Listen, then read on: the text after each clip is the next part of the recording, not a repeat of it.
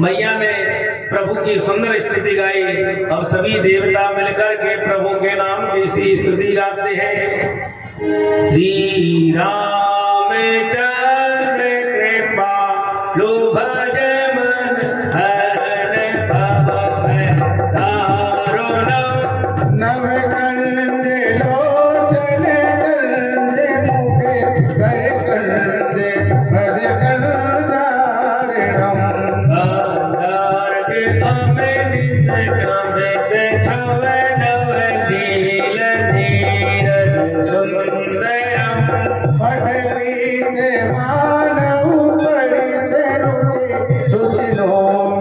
जनक सुधावरम हरिदेव वासुदेवेश दानव दैत्य वत्सनिकांतनम रघुनंद आनंद कंद कौशल चंद्र दशरथ नंदनम श्री मुकुट कुंडल तिलक चारे उदार आंधी भोजनम आजान भुज सर चाप धर संग्राम जित कर भूषणम इति बदित तुलसीदास शंकर सहस मुनि मन रंजनम मम हृदय कल निवास करुणा मादि कल दल गंजनम मनुजाहि राज हो मिलहु सोवर सहज सुंदर सावरो करुणा निधान सुदान शील हेहु जानत रावरो यही भांति गोरी असीस सुन सिय यही हर अली तुलसी भवानी खोज मुनि मुनि उदित मन मंदिर चली जान गोरन पुरसिय ये हंसने जाए कहीं मंगल मंगल मूल भाम अंग फर कर लगे सियावर रामचंद्र जी की जय। आज प्रभु के प्रादुर्भाव होते ही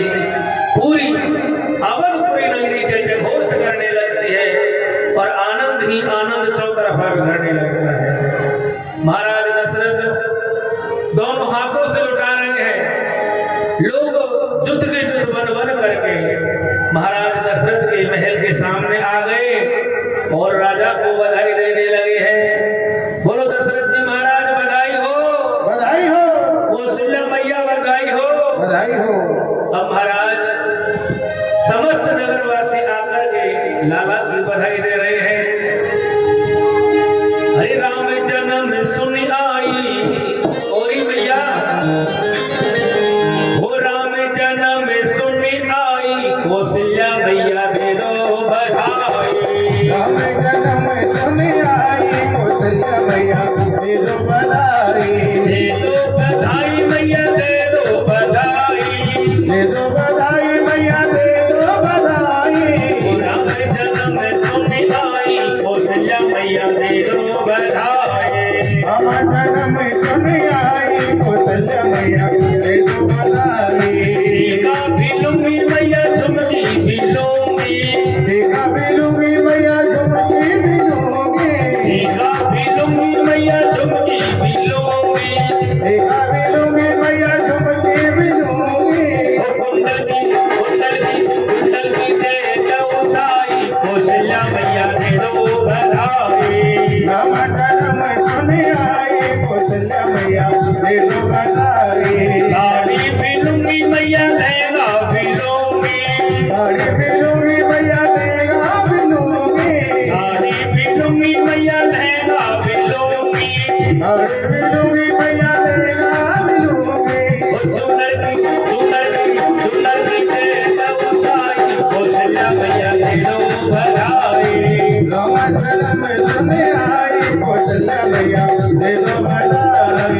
पायल भिलूंगी मैया पायल भिलूंगी, पायल भिलूंगी मैया पायल भिलूंगी। पायल भिलूंगी मैया पायल भिलूंगी। पायल भिलूंगी मैया पायल भिलूंगी। कुंडल की जय चौसाई, कौशल्या मैया दे दो बधाई। राम जन्म सुनी आई, कौशल्या मैया दे दो बधाई। राम जन्म सुनी आई, कौशल्या मैया दे दो बधाई। कौशल्या मैया दे दो बधाई। कौशल्या मैया दे दो बधाई। कौशल्या मैया दे दो बधाई। बोलो रामचंद्र भगवान की। की जय। दशरथ जी महाराज के घर में एक नहीं चार चार बालकों का जन्म होता है। सबसे जो बड़े हैं वो श्री राम के नाम से जाने गए। फिर भरत जी महाराज, लक्ष्मण जी और शत्रुघ्न जी के नाम से चारों राजकुमारों को सुशोभित किया। भगवान ने अवधपुरी में जन्म लेके अनेक लीलाएं की। सुखदेव भगवान कहते हैं, हे राजा परीक्षित,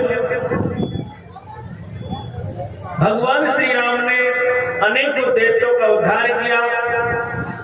कहते हैं कि भगवान श्री राम अवतार में 14,000 राक्षसों का संहार किया। 14,000 राक्षसों का संहार करके भगवान श्री राम पुनः अपने देवलोक गमन कर जाते हैं। बोलो रामचंद्र भगवान की जय हो। सीतायां वर्तमानायां काले क्रतो समोय भवत्, रामे राजनी धर्मज्ञे सर्वभूत सुखावहम्। आगे चल के श्री राम जी के वंश में लव और कुंसों का वंश वर्णन होता है। आदित्य नरस्वामी किंडम भगवनम भुवनेश्वर। उसी उसके वंश में निमि नाम के राजाओं का जन्म हुआ। निमि राजाओं के वंश में चंद्रवंश का उदय होता है, जिनमें से बुद्ध नाम के राजा सबसे श्रेष्ठ कहलाए थे। हे मेरे भाई बहनों, भगवान श्री सुखदेव जी महाराज कहते हैं, नमो ब्राह्मण देवाय रामाय कुंड मेघ से उत्तम श्लोक धूर्याय नेष्ट घंटा पितो ध्रम। आगे चल के इसी वंश में अनेक राजाओं का जन्म होता है। अब यहां से मेरे भाई बहनों, चंद्रवंश का उदय हो रहा है। चंद्रवंश का जब उदय हुआ है, मेरे राम जी के पुत्र कुश के वंश में से चंद्रवंश का उदय हुआ। मेरे राम के दो पुत्र थे, राम और लक्ष्मण, लव और कुश। कुश के वंश में चंद्रवंश का प्रादुर्भाव होता है। कुश के वंश में बुद्ध नाम के राजा ने जन्म लिया। उसी वंश में श्वेतभर्ग और चित्ररथ जैसे राजाओं का जन्म होता है। वहां इस चंद्रवंश में जो सबसे ज्यादा बली थे वो बाहुक नाम के राजा हुए। बाहुक नाम के राजा के दो पुत्र हुए। बड़े का नाम था उग्रसेन और छोटे का नाम था देवक। महाराज उग्रसेन महाराज के कुल में कंस जैसे पुत्र ने जन्म लिया। अब हे मेरे भाई बहनों, उग्रसेन महाराज के 1 महीने 9 पुत्र थे। उन 9 पुत्रों में से सबसे बड़े थे कंस और 9 कन्या थी। हे महाराज, इसी वंश में आगे चल के देवक जी के घर में एक कन्या का जन्म हुआ जिसका नाम था देवकी, जिसके गर्भ से भगवान त्रिलोकीनाथ श्री कृष्ण बन के अवतरित होंगे। और जैसे ही सुखदेव बाबा ने ये कथा कही है, राजा परीक्षित मन ही मन प्रसन्नचित होने लगा, क्योंकि राजा परीक्षित के वंश में जितने भी हुए सब भगवान कृष्ण के अनुयायी हुए थे। अब कृष्ण भगवान की कथा प्रारंभ हुई है तो राजा के मन में बड़ा भारी उत्सव है। वासुदेव करानंदः सहस्रवदनं सुराटः अग्रतोन भवतां देवो हरे विप्रचिकीर्षया। अब महाराज कंस महाराज जब से बड़े हुए तब से बड़े भारी उत्पात करने लगे थे। कहते हैं कि कंस की भुजाओं में 1000 हाथियों का बल था। जरासंध जैसे राजा कंस के सामने घुटने टेक देते थे। जरासंध ने तो कंस से मित्रता करने के चक्कर में अपनी दोनों बेटियों का विवाह कंस के साथ कर दिया।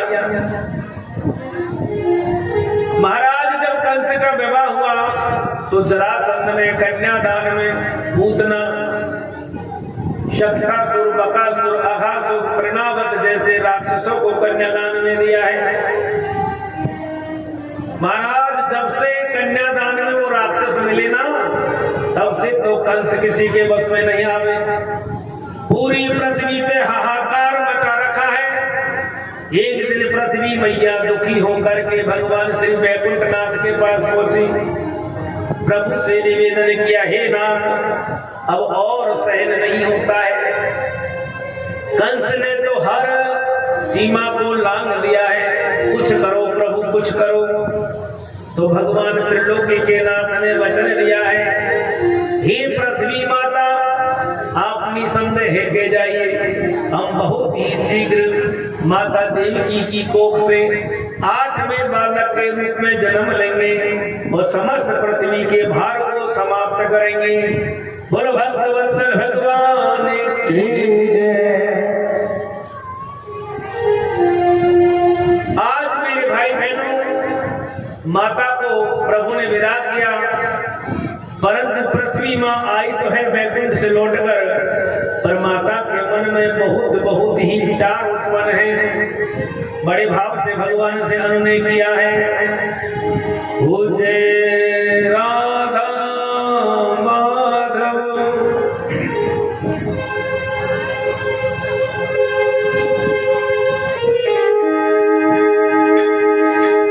जय राधा माधव, जय कुंज बिहारी, जय राधा माधव, जय कुंज